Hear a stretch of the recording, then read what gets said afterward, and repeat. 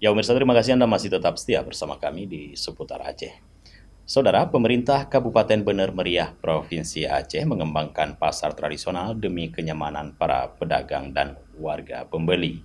Langkah ini juga dilakukan guna menambah pendapatan asli daerah setempat.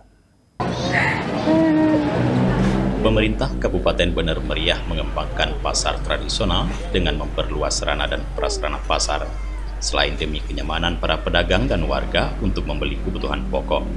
Sebanyak 15 toko bangunan di pasar tradisional Lampahan, Kecamatan Timang Gajah, Kabupaten Bener Meriah.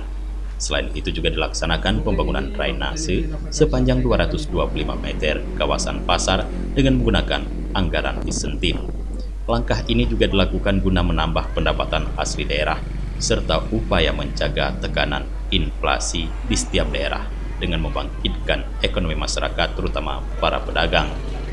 Saat meresmikan sarana tersebut, PJ Bupati Bener Meriah, Haini Yoga mengatakan ini merupakan upaya mencegah tekanan inflasi, terutama pembangunan sarana dan prasarana pasar, sehingga diharapkan dapat membantu perkembangan ekonomi para pedagang serta kenyamanan masyarakat untuk mendapatkan kebutuhan pokok dengan mudah tanpa harus ke pusat kota. Program nasional, yaitu penurunan inflasi di kabupaten kota. Hari ini ada 15 ruko kios yang kita resmikan dalam rangka pemberdayaan masyarakat. Ini adalah kios pasar rakyat, sehingga nanti masyarakat dapat berjualan sehingga untuk menambah income per kapita.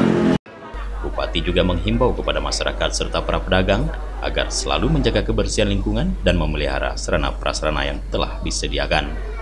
Dari Bener Meriah, Tim Liputan Aceh TV melaporkan.